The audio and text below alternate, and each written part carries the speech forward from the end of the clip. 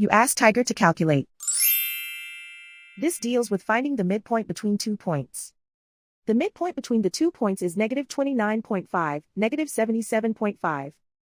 Let's solve it step by step. Plot the 2 points and calculate the midpoint using the formula. The coordinates of point 1 are, x1 equals -60, y1 equals -71.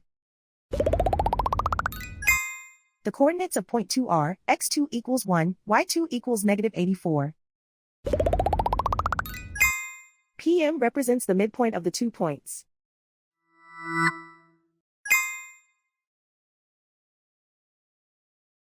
Use the x values in the midpoint formula to find the midpoints x. x1 equals -60. x2 equals 1.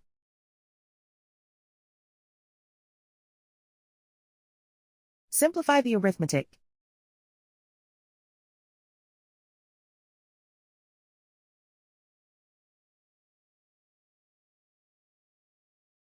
Use the y values in the midpoint formula to find the midpoints y. y1 equals -71. y2 equals -84. Simplify the arithmetic.